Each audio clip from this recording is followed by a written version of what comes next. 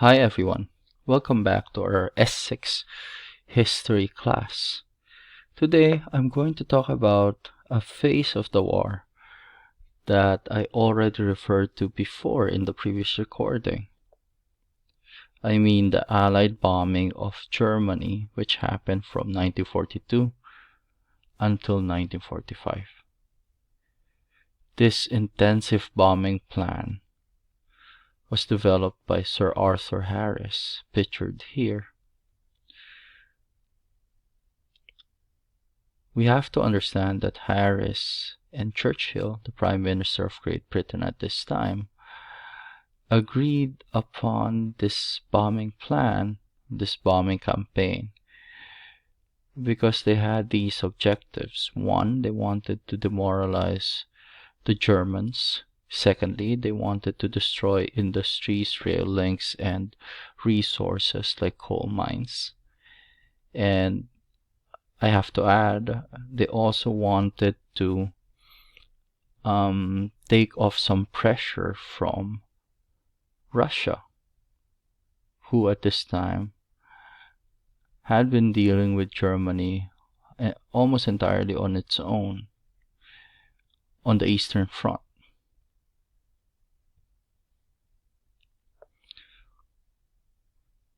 Here on this slide, you can see a map that shows you the different targets for the Allied bombing campaign and the different locations that were concerned. In the beginning, the bombing was actually directed at certain targets in France, in particular submarine pens in Brest and Lorient. By 1943, given that Stalin had been insisting to the Allies that there was a necessity of opening a Western front, so when the leaders of the US and the UK met, they were quite aware from this pressure that was coming from Stalin. So Roosevelt and Churchill, they agreed that they would focus their efforts on the bombing of major cities in Germany. And that's what they're going to do. They're going to target specific cities, targeting industries, targeting factories, targeting places where resources could be extracted, like mines.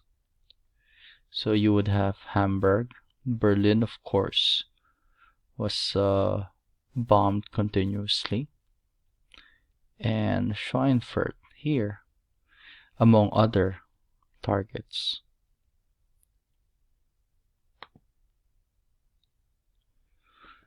Now, it was quite difficult, it was quite challenging for the Allies to actually carry out this campaign. Why? Because the Germans had anti-aircraft guns, and they also had fighters. They had the Luftwaffe, and they could counter any air raids that the Allies carried out. So, because of the difficulty of doing this during the day, the Allies shifted to night raids. But then the Germans also had developed radar that could locate bombers at night. The Allies developed, in response to the German radar, a way to confuse the Germans. They called this window. They spread in the air strips of metal foil, and these things appeared on radar as primary targets. Also, the Allies used oboe. This is the name for radio beams that helped them find targets. The Allies also used ground sensing radar, just in case it was difficult to see given unclear skies. And also a combination of techniques using bombers, at the same time these bombers getting help from the use of flares in order to identify and hit their targets. All of this had a cost. Okay, that means that the Allies and the Germans had to pay, throughout this campaign. From 1943 to 1944, the Royal Air Force lost up to 15% of their planes and crew members. In 43, the US lost 60 planes, and also a lot of more of their planes were damaged during an attack on Schweinfurt. Of course, you can imagine that while the Allies were carrying out these attacks, the Luftwaffe was counterattacking with rockets, bombs, and machine guns. Fortunately for the Allies, they came upon a small innovation that helped them gain some advantage, which was to fit their planes, their fighters, with extra fuel tanks so that they could stay in the air longer and they could fly from Britain or other air bases all the way to Berlin and then come back with enough fuel. Now, on the part of the Germans, all of these raids took a toll. For instance, the 1943 firestorm attack on Hamburg, that killed 40,000 people, and almost all of the city was flattened, was destroyed. Now there's also the controversial attack on Dresden in 45, also killed a good number of people. But then this is controversial because the city contained no important military or industrial target, and anyway, the war was nearing its end in 45. So there are many who doubted and who still doubt the necessity of this particular attack. So there's some controversy over the bombing campaign. As you can see, some people would say it wasn't justified at all, whether you were on the side of the Allies or the Germans, because it just cost too high. A lot of people died and a lot of planes were lost. There was only a slight effect on German war production. The idea also that Dresden, for instance, was an immoral attack, given that there was no clear necessity for it. And some would argue that these bombing raids did not at all demoralize the Germans.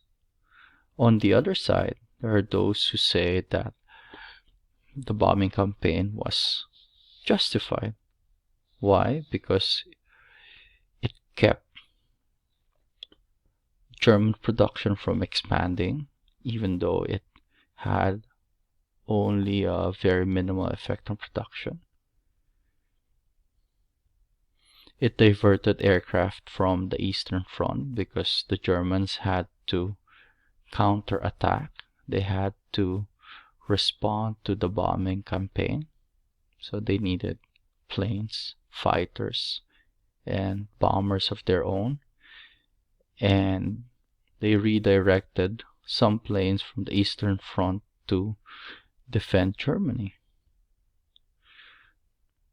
They had to shift their production from, instead of producing guns and tanks, they had to focus on anti-aircraft guns. So maybe that helped a little bit to shorten the war. And precisely that point, that because of the bombing campaign, the war was shortened. And according to interviews, a great majority of the German people thought that the worst part of civilian life during the war was the bombing raids. So, what did we see today?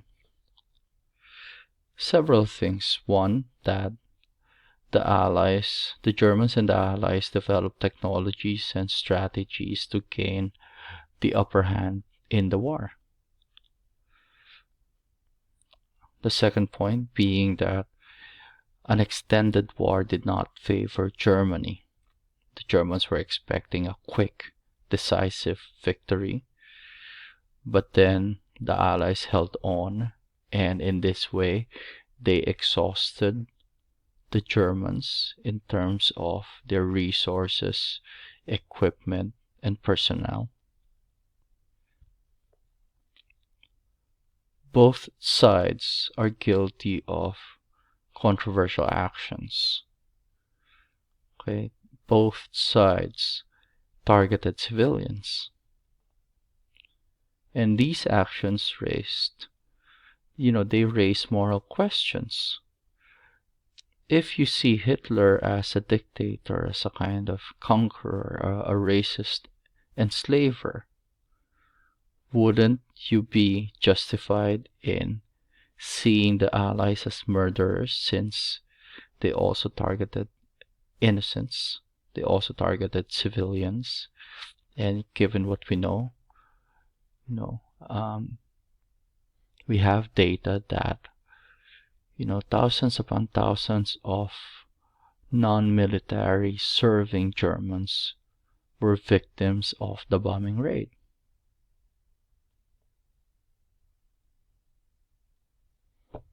So there you have it. I will see you in the next class.